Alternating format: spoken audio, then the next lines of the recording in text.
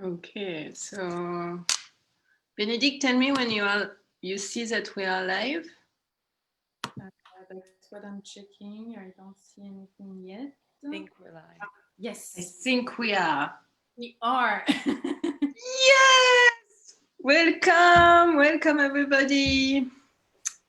We are the founders with Benedict. Yes, Benedict, raise your hand. Great. We are the founders of Wellness Journey and we welcome on our page. How are you doing, Benedict? I'm good. How are you? I'm good. How's Montreal? Good. I'm very excited to have our first live today and to have this amazing panel with us. I feel very Yes. to have you, the four of you with us today. So thank you for being here. Thank you. Oh.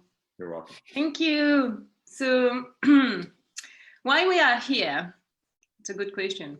So it's just like at the end of last year, in end of 2019, I met Benedict and we said like, hey, why not doing a co-living? That would be fantastic. And since we have like both very keen on wellness, we're like, yes, a place where people could really know themselves and discover how they are because of our both field, wellness and coaching, which is like really mixed together. And it's like, that's fantastic. And the virus arrived. And we are like,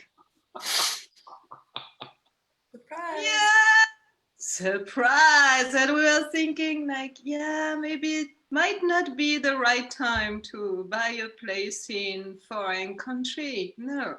So what can we do today to help? We're like, oh, maybe we can just present our wellness community. So that's why you are here today. We want to see different approaches to wellness because we think there is not just one truth, but so many approaches to truth and help people to grow. So that's why we created that Facebook page dedicated to anybody who is like interested in wellness and where you can share your tools and your point of view about a theme. The theme this week is self-awareness because that's the base. That's something where people can grow. And that's something that without it, we cannot do anything. We cannot help our customer. We cannot help their clients. They need to do some work. Yes, they need to do some work. And so we're just like going to hold a panel every Monday with a theme. And the first theme is self-awareness, where we present panelists, our beautiful panelists today. Each represent like a body, a type of body. So you have mental, well, you have physical, emotional, mental, and spiritual. So, and every day of the week, they will post a tool that will help you, dear audience, with the theme of self-awareness. Benedict, how am I doing? Do I forget a lot of things? You did great, but you forgot to introduce yourself as you usually do. No, it was supposed to arrive after. Everybody. So with that great transition, I'm going to present myself. So yeah, so the interview is going to last like around 45 minutes. And after that would be 15 minutes for QA. If you have any question, dear audience, just like send us a comment and we'll answer to it. And so presentation.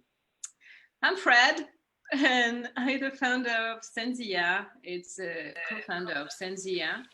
And it's a meditation and wellness practice in Vancouver, BC. I'm a Reiki teacher. I've got a colleague in that panelist. You can find who is it. And so, and I am a big traveler. I was a nomad like very early on. I wanted to be an entrepreneur to travel, and I began in Asia, and it lasted a long time. And after like North America, and I'm based in Vancouver now, but still travel when I can, and there's no virus, and very happy about it. Benedict, your turn. My turn. Okay. Yeah. Hi, everyone. My name is Benedict. Benedict for the friends. You are all my friends, so let's call me Benny. I am a certified professional coach, and I do specialize in career change and leadership growth.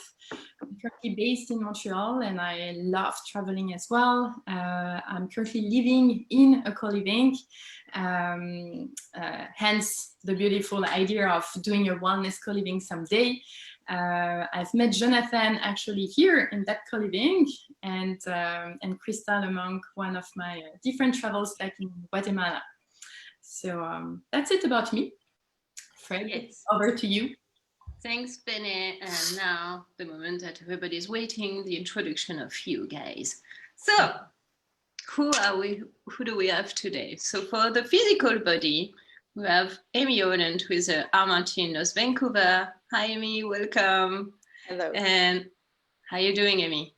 I'm very well, thanks. Great. For the emotional body, we have Karen.mccullough, director of Westcoast Reiki Center in Vancouver, and the author of Get to Know Yourself, a no-nonsense guide to self-awareness. It's a great book. I read it. I love it. And it's just so appropriate with the theme of tonight that I'm so happy.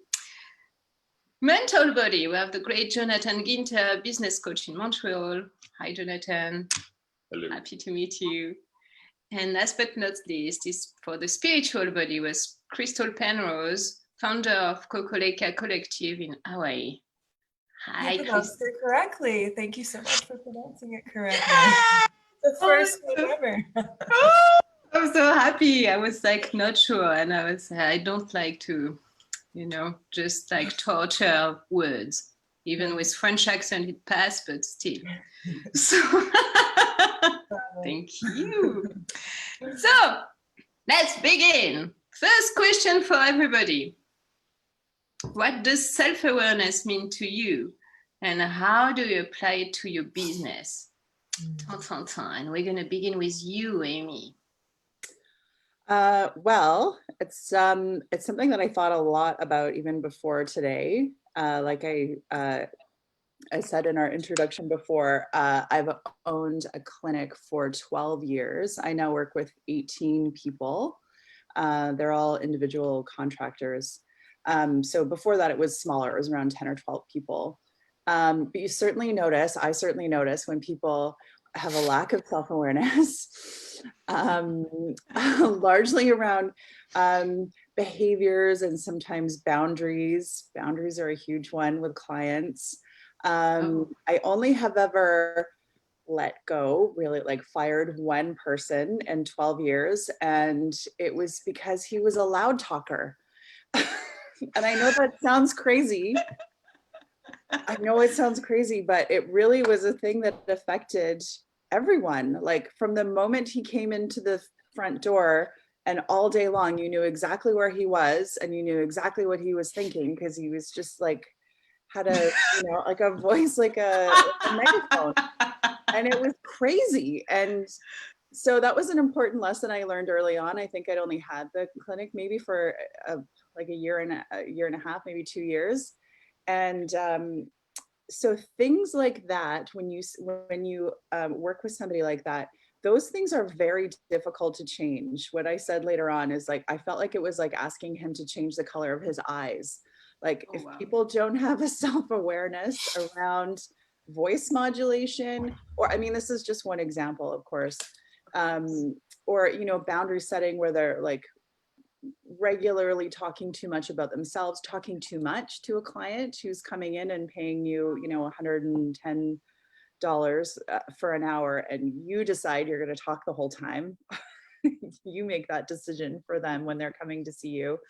Those are really big ones for massage therapists, and I see it sometimes in people have an option when they book an appointment to leave a note. It could be something like, I have frozen shoulder, or I'm 30 weeks pregnant. And sometimes they'll say, I don't like any talking. And I appreciate that, because it's good to know upfront if someone has that expectation. And probably they have had a bad experience with that, where they went in, paid someone, to take this time for themselves, and the person yapped the whole time. So. Well, some people are just very private too. Yes, definitely. What about you, Karen? What is is self-awareness for me? Yes, and how do you apply it in your wonderful business? Okay, so first of all, I don't think that I apply it differently in my business than I do in the rest of my life. So I'm a teacher in every area of my life. And self-awareness for me really is the relationship I have with the world outside of and inside of myself. So I don't even think I understood what the word meant until I was probably 35. Honestly, I had no idea what that meant, what self-awareness meant, other than the fact that I was a self and aware. But what I've come to realize now is that self-awareness for me is like the space that I'm able to give myself between a trigger, that's such a buzzword right now, but a trigger or an experience that you're having in your life and the response that you give to it. And holding that space with as much gentleness as possible, because the more gentleness that you hold that space with, the more choice you have in the response that you give. So, you know, for example, my mother is a perfect example actually of self-awareness in practice. So she'll say things that she said to me since she's not up yet. It's okay. And she probably won't watch the replay. And even if she does, she knows that she's done a really good job of helping me develop self-awareness. She's giving me confidence this story is going to a good place. Yeah, we can already feel it. It's true. It's true, though, isn't it? I mean, those kinds of relationships are the most challenging because the trigger and the response is pretty much, you know, it's like a gunshot. It happens, respond.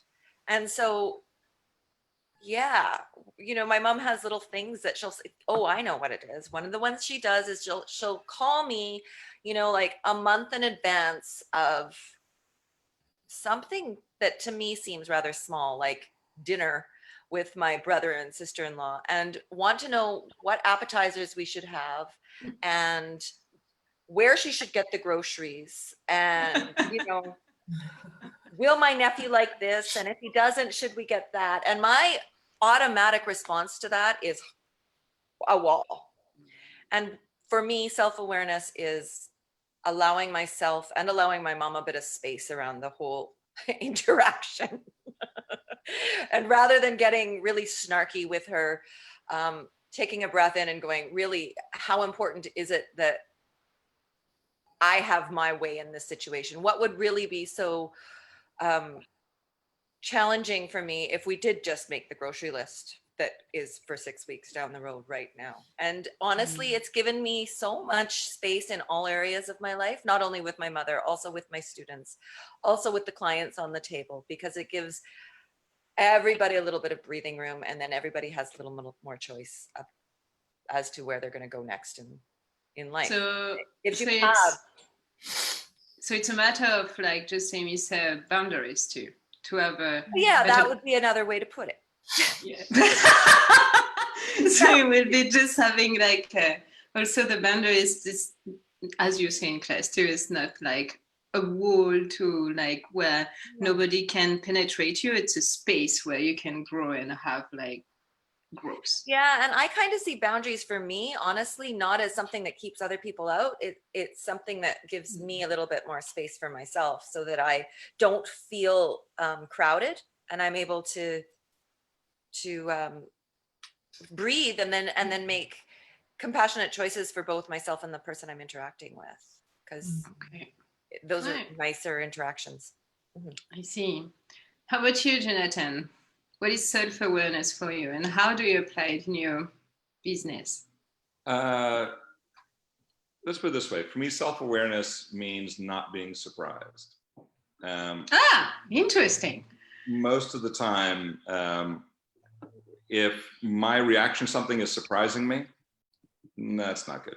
So, and when I'm trying to get other people to become self-aware because I'm trying to coach them in their business, or I'm trying to coach them in their career or their life choices, half the time the problem is that they aren't really aware of who they are and what their skills are and what value that they have. They're carrying a lot of garbage from the past that told them that they were worthless and that they have no skills, and any skills they do have, they were just lucky.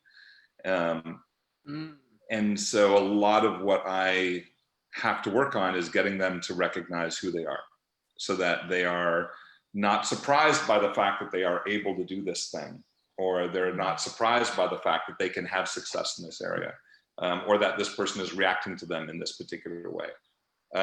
And for myself, it's the same thing. If I am confronted with a situation that I haven't run into before, then there's a good chance that I'm going to be surprised by my reaction, and I shouldn't be. I should know myself well enough to know how I'm going to react to something. And I find a lot of that also tends to evolve into the question of acceptance. Even once I know myself, there's an issue about my ability to accept the way that things are, as opposed to letting myself get twisted into a knot over the fact that things are not the way I would like them to be. And I can't really help people move forward until they accept the reality of, you know, who they are and who the people are around them, and stop seeing it through the lens of what it should be like this. You know, why? Because God commanded it? No, it's this is simply how life is. Once you can accept that, everything else becomes a lot easier. You know, your mother is simply this way. Accept it. You know, it's I find a lot of everything else falls into place once you can achieve those two things. Yeah, that makes a lot of sense. And how do your clients like react when you bring back to the reality? When you just like say, "Okay, Shakespeare, come back here," and well, I try to do a snark. I try not quite so, you know. I try not to hit them in the head with a tuna, but you can do that. No, a lot of it depends on how fragile their ego is. If some people, if they, in order to preserve themselves, have built up this fantasy that they are in fact wonderful, awesome people that are great at everything, and to wake up to the reality that that's simply not the case, that they are wonderful, awesome people, but not the way that they thought. That can be a very rude awakening. So I try not to throw cold water onto a sleeping person. You know, it's just not very pleasant. No, it's not at all. So it's usually a slow process. You know, I mean, there can be some moments of tough love, and some people need it. But I try not to do that as that much. It's people have to come to it in their own time. In much the same way, I have to accept that they are not going to wake up just because I snap my fingers and want them to. They'll wake up when they're ready to wake up. Yes. And some people can't be helped. You know, in my business, it comes down to whether I'm being asked to come in and fix a problem with a product or a company or a person. There has to be a recognition that there's a problem. It's a 12-step program. They have to recognize there's a problem. They got to recognize that they're part of the problem. And then they've got to show a willingness to do something about it, right? If they don't meet those three criteria, I walk away. I can't help them. Nothing I can do. Makes sense. Thank you, Jonathan. What about you, Crystal? What is self-awareness for you? And what does it mean in your business? Well, thankfully, I got to listen to all of you, so I can give the best answer. No, I'm just kidding. Yes! I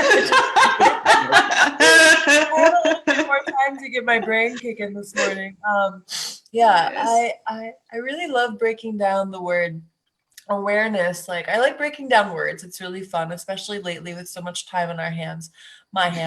So you break down awareness, like, and you take the awe and then are. I like to see it like being in awe of all that you are. And I'm going to take more of an optimistic spin on it and just say that in my work, in my job, like with chocolate, I work with ceremonial chocolate. So, you know, chocolate isn't just a sweet or dessert. It's an ancestral medicine that's been used for millennia to really bring people into their hearts.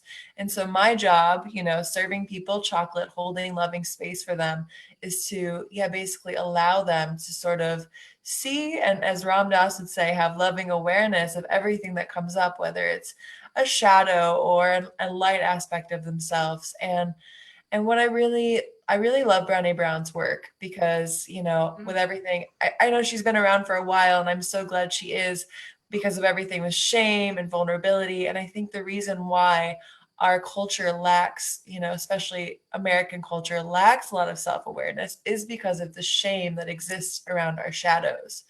It's really shameful to, you know, especially when you rock up in a relationship and everything's great for the first few weeks or maybe 6 months, or if you're really lucky, maybe a year. And then, you know, in relationship to others, things start to show up, shadows start to come. And it's like the only way they can really come out and come into the light is through love. And so I really love the quote that I just posted it yesterday on my page, that you don't have to change yourself. You just have to love yourself.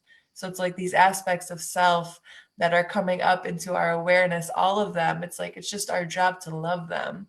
And, you know, I just like to think about that at the end of my life, am I going to be able to love it all? You know, am I going to be able to look at it all and love it all? And until I'm there, like, probably going to have a few more lifetimes to keep going until I get there. But that's really how I like to look at it, and how I use it in my business is just holding that really loving presence for people, whether it's one-on-one or in a ceremony, for when the realization, the spark, you know, whatever it is, you know, when they become aware of a limitation or a belief that's, you know, that they're chained to a little bit, to just allow themselves to love it. Because if you don't love it, you'll never let it, these aspects of self go, or let them shine even more if it's a positive aspect of self. So yeah, it's definitely not, it's a long process, and I love the way that you say many lifetime. Yeah, probably many lifetime. It's like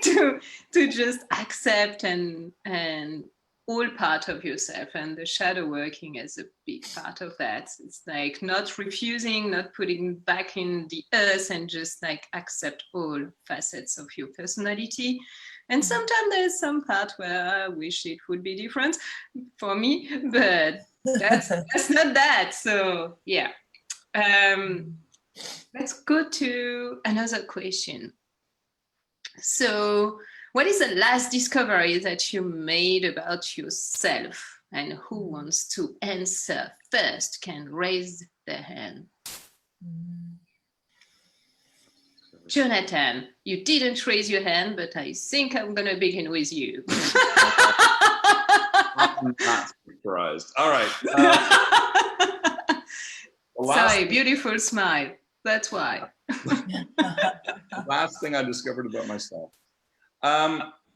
I just spent, well, before all of this happened, I spent 3 months traveling and spending most of my time alone, which sort of makes this isolation a little unusual, because it feels more like a continuation, except I don't leave this place, you know, little less travel, but the same sense of isolation. And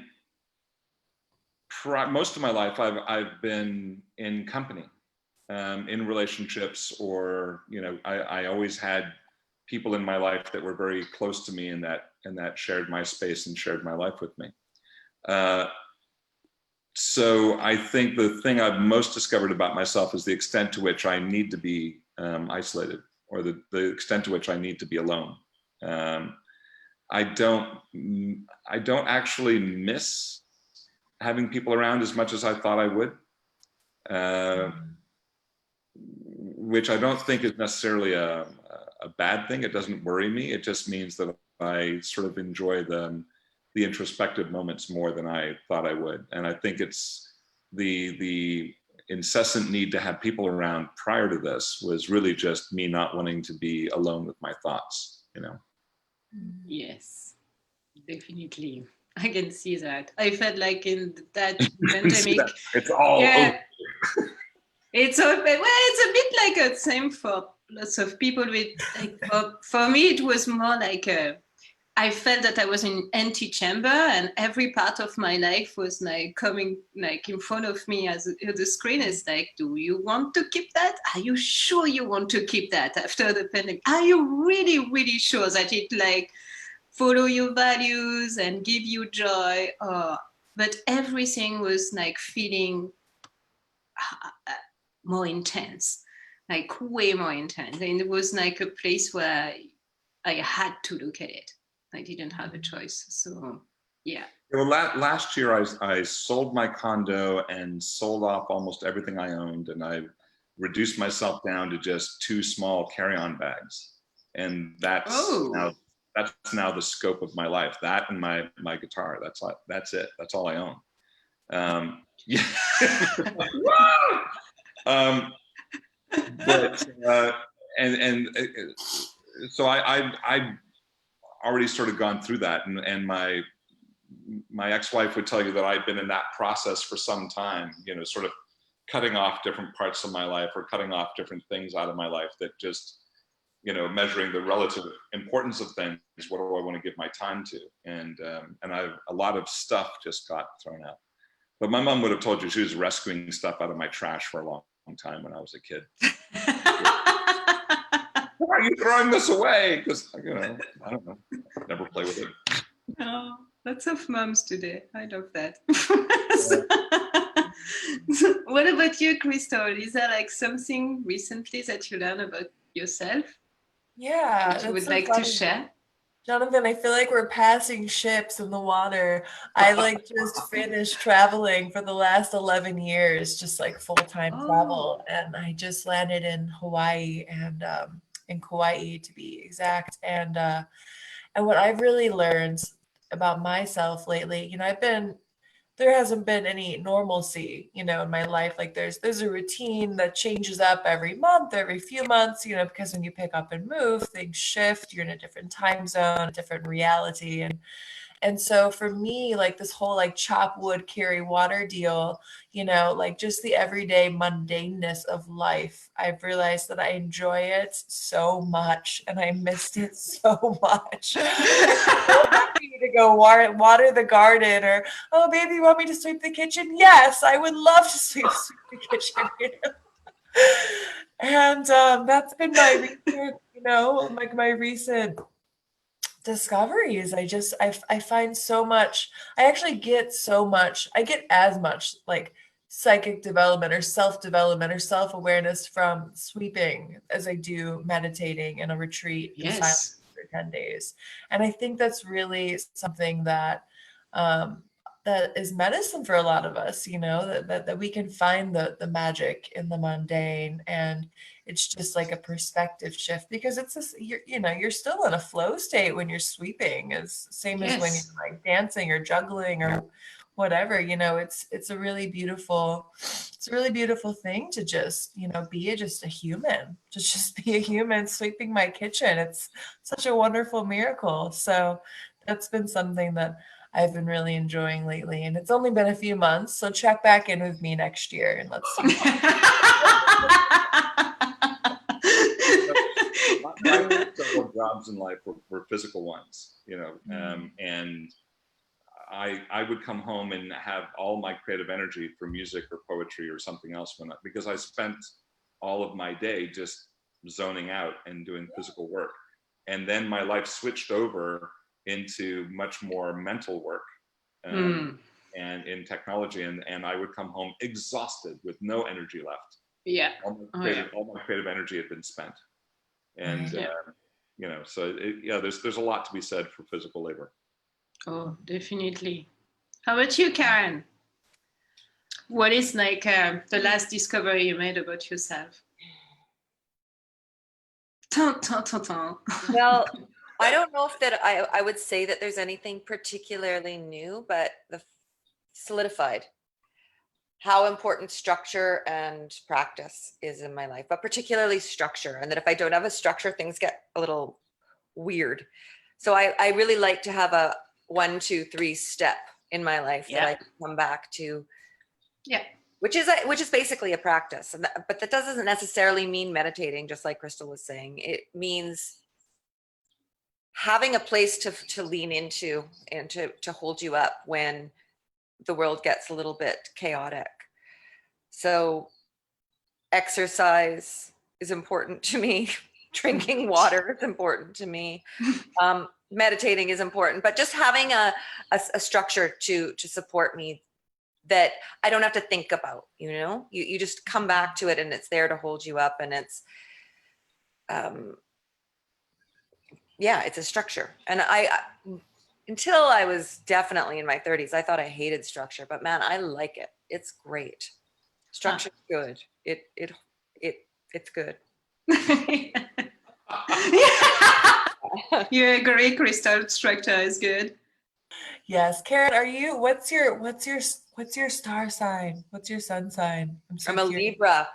Oh, you're a Libra. That's great. So you got structure. That's so good. I don't mean to make this astrological. Sorry. I'm a Capricorn, so I'm all Earth. So yeah, let's talk about it. Well, if you want to get into astrology, I have got 0 Earth in any of my charts. Oh wow! My chart. Wow. 9 signs are in Libra, and the rest are in air and yeah. So that if you're going to go there, apparently that's why I need structure, because I'm flighty by nature. I see. Amy, what is the last thing you learned about yourself? Tell me. Well, I do not have a mindfulness practice. Oh, no kidding. Oh,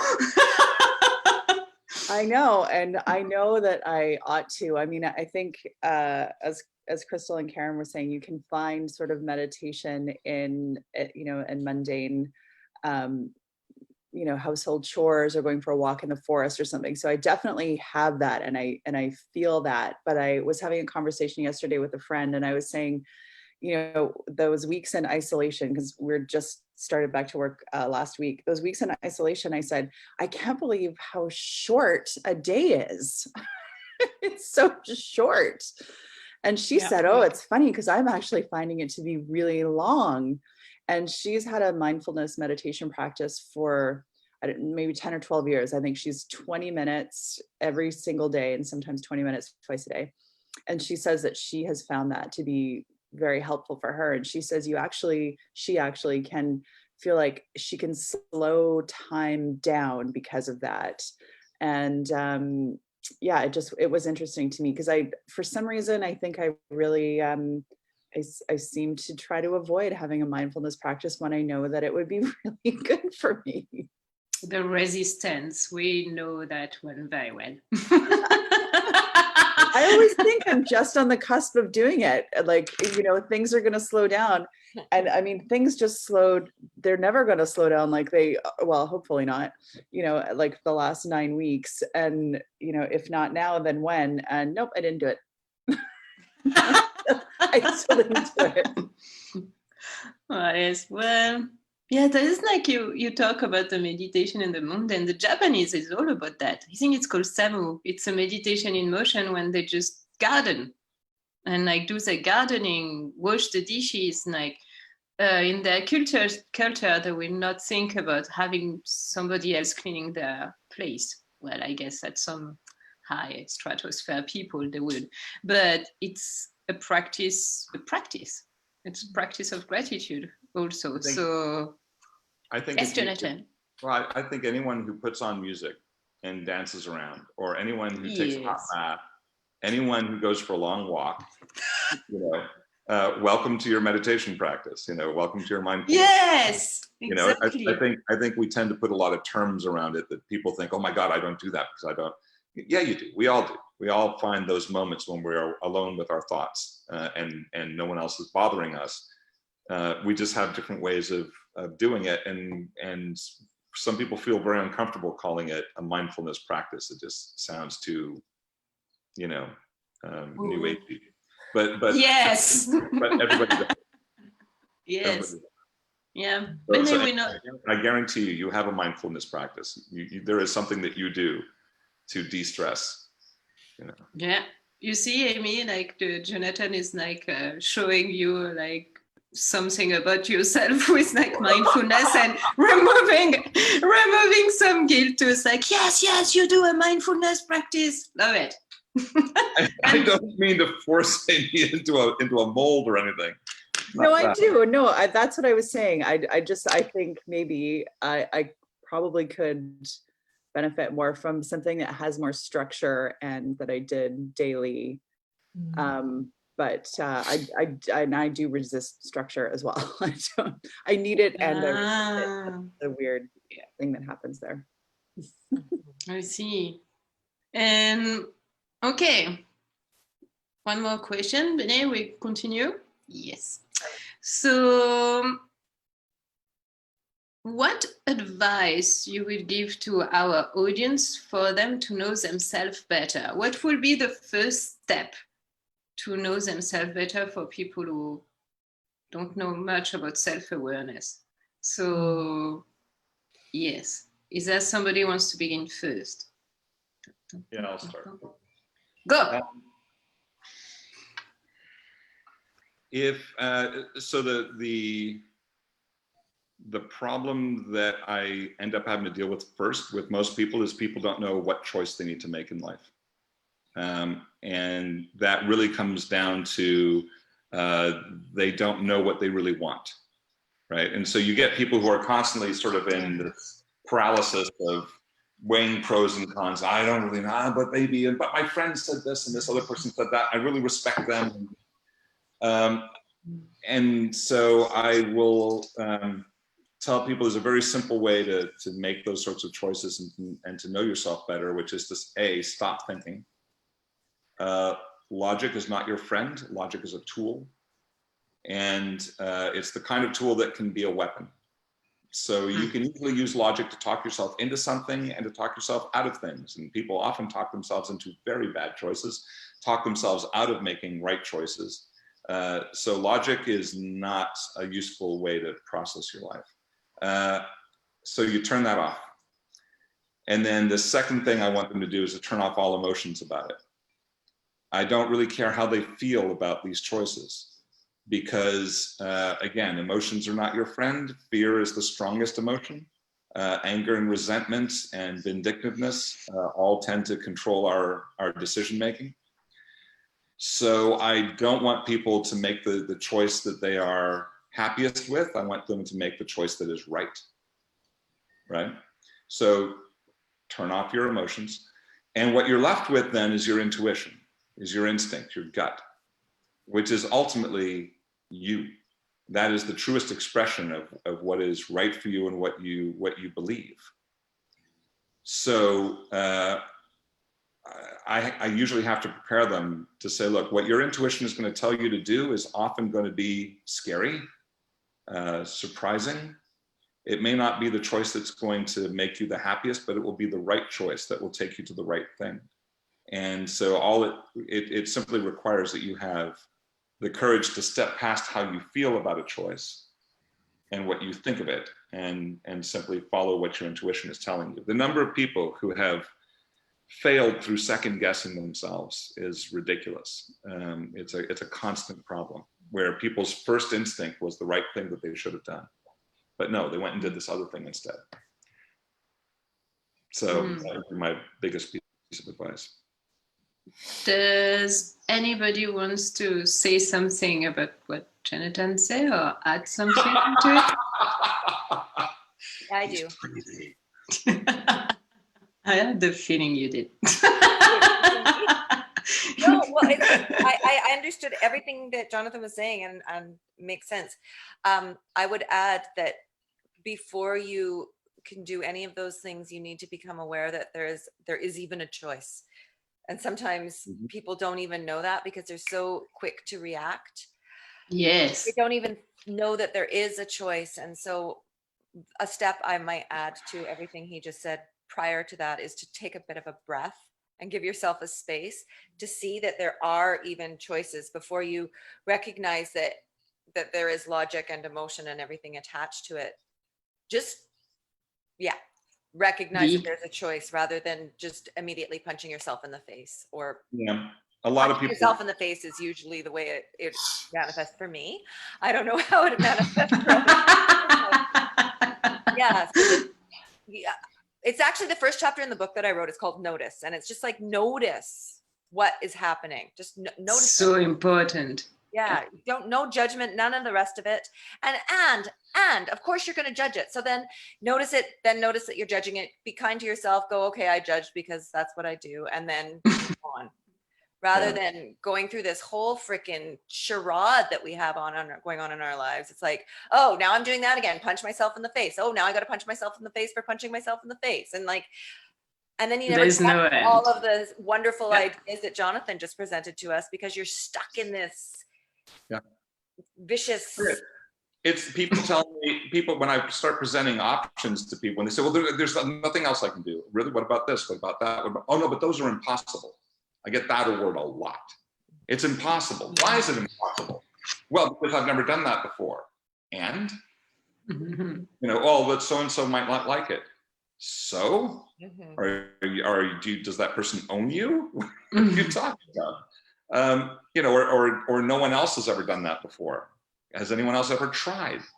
Well, that guy tried and he failed at it. Yeah, that was his problem. Right? His failure is not your failure. I don't understand. Why are you not doing it? We tell ourselves a lot of stories of that about how incapable we are. Yes. I agree. Amy or Crystal, do you have any comment you would want to add about how to guide your clients if they want to know themselves better, a tool or something? I can go. Yes, go Amy. I think about it less with clients than I do with, again, staff, even though I have wonderful staff. Yes. I really truly do. It's just, this many years in, I've had to have some conversations with people, and it's so interesting when you give people feedback about something that they really truly need to hear, and how some people just start squirming immediately. Or talking over me is a thing that I notice, and I just think like they just want me to stop talking. Or they go, yes, I get it, and I'm like, I haven't even finished my sentence. and I think I'm pretty good at delivering those kind of things very gently and with lightness as well. I have said to people, I put my hand on their shoulder and I smile and I say, "You're very loud."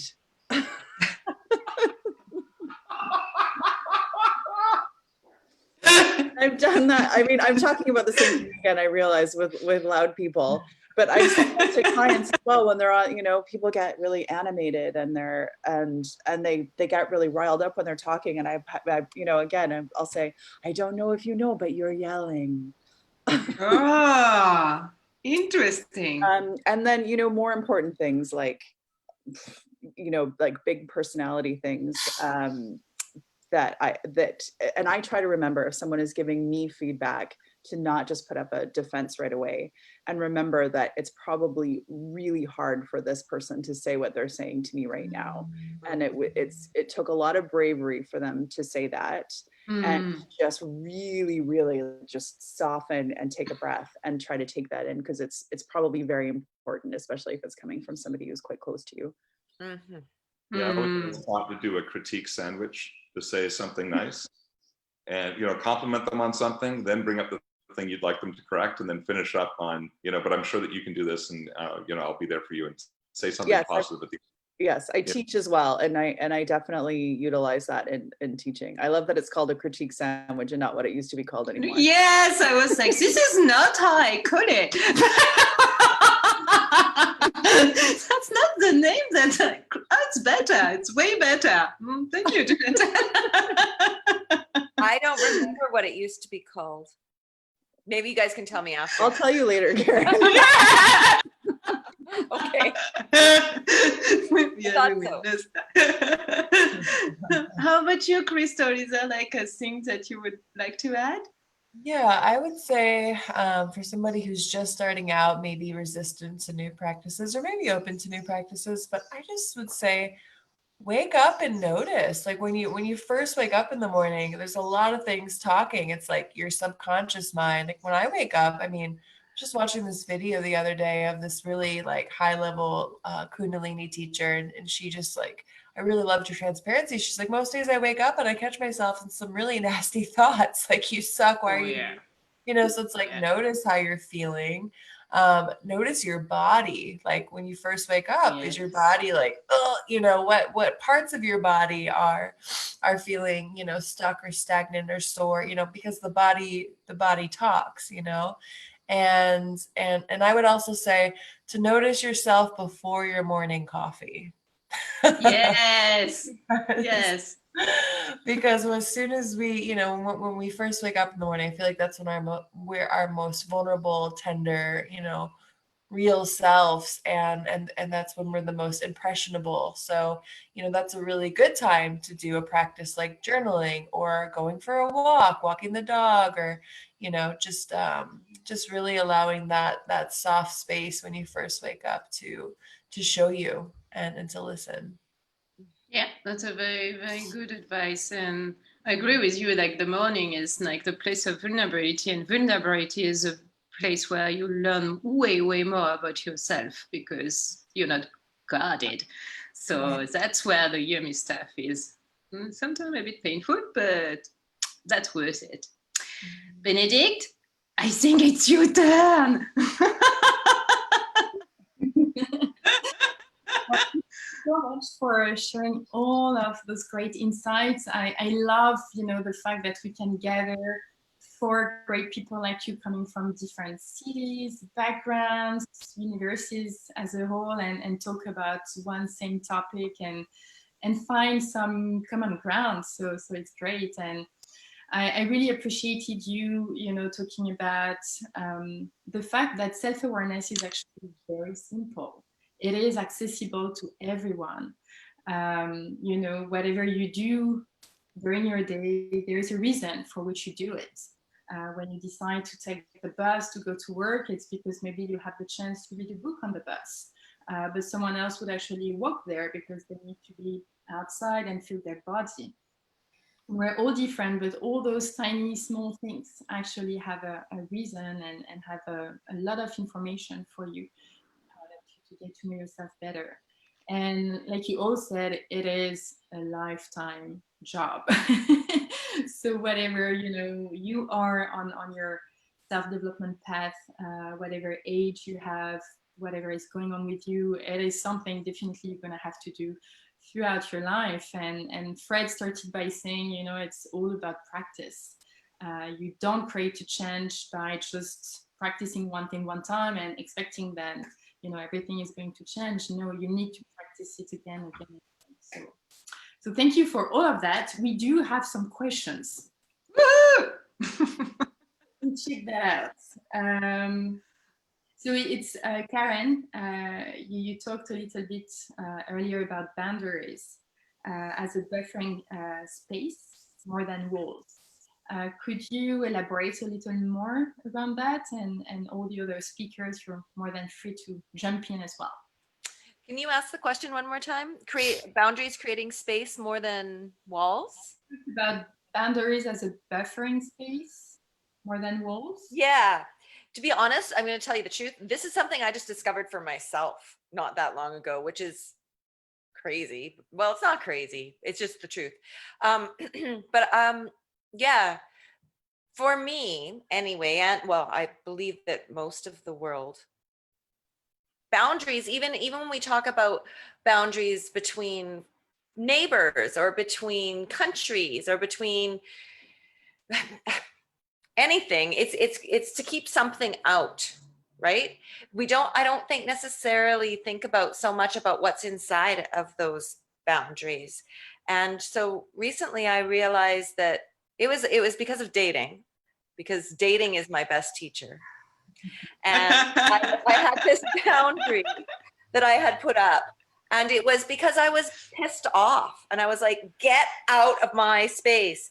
And then suddenly I realized, oh my goodness, when I do that, I have a lot more room here for myself to breathe. And then I can hold myself in a more powerful, empowered position, honestly. And when I have the space to do that, then I can respond, whether it be to the person that you're dating or your mother, from a place of spaciousness, and where the thoughts and the ideas and the messages that you're communicating are truthful, and they're also kind, even if, like Amy was saying, even if you're delivering information that, you know, perhaps they may not want to hear, or you may not even want to give.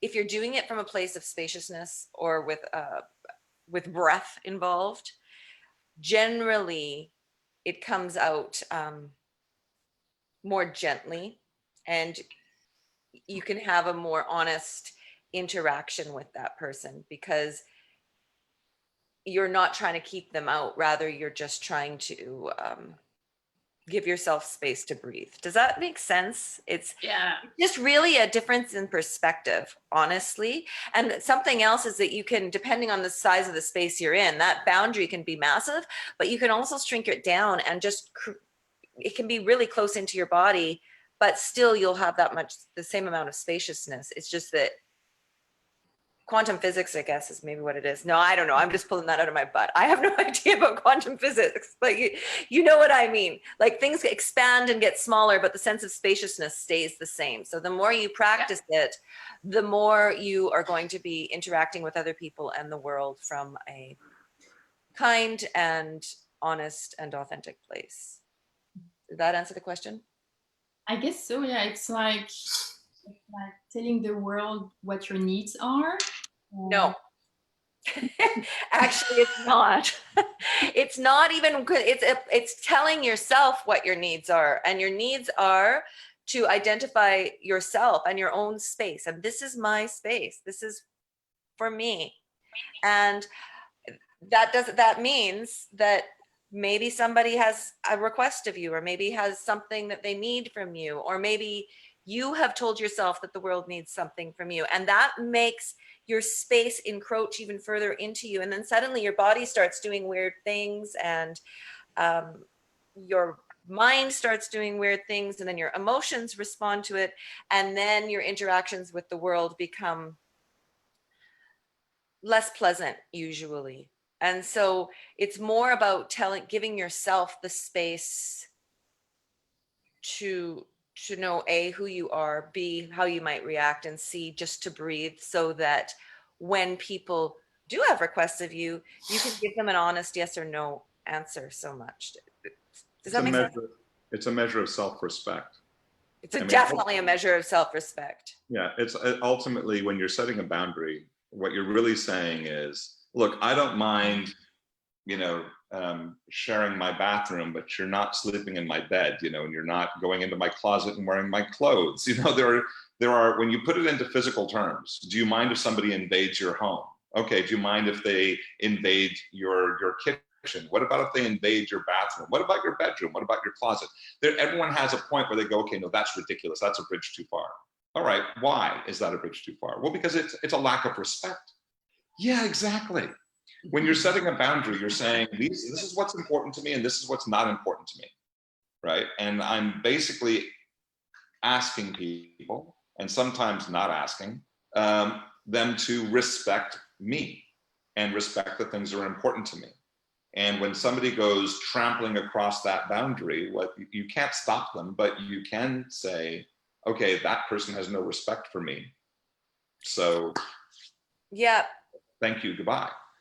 But something else. Oh, sorry, Jonathan. No, it's okay. But I mean, we can't get around the fact that boundaries are barriers, but they're not there to be a barrier. They're there to demonstrate what respecting you means. You know, if you respect me, here's what that means, right? I mean, that's ultimately what to me, that's what we're talking about here.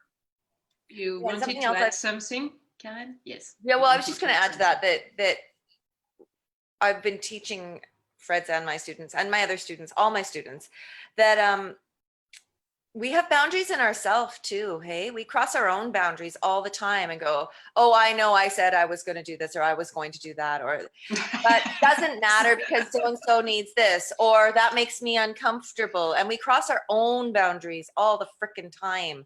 And that's just true. as damaging, honestly, because the more often you cross your own boundaries, the less you believe yourself.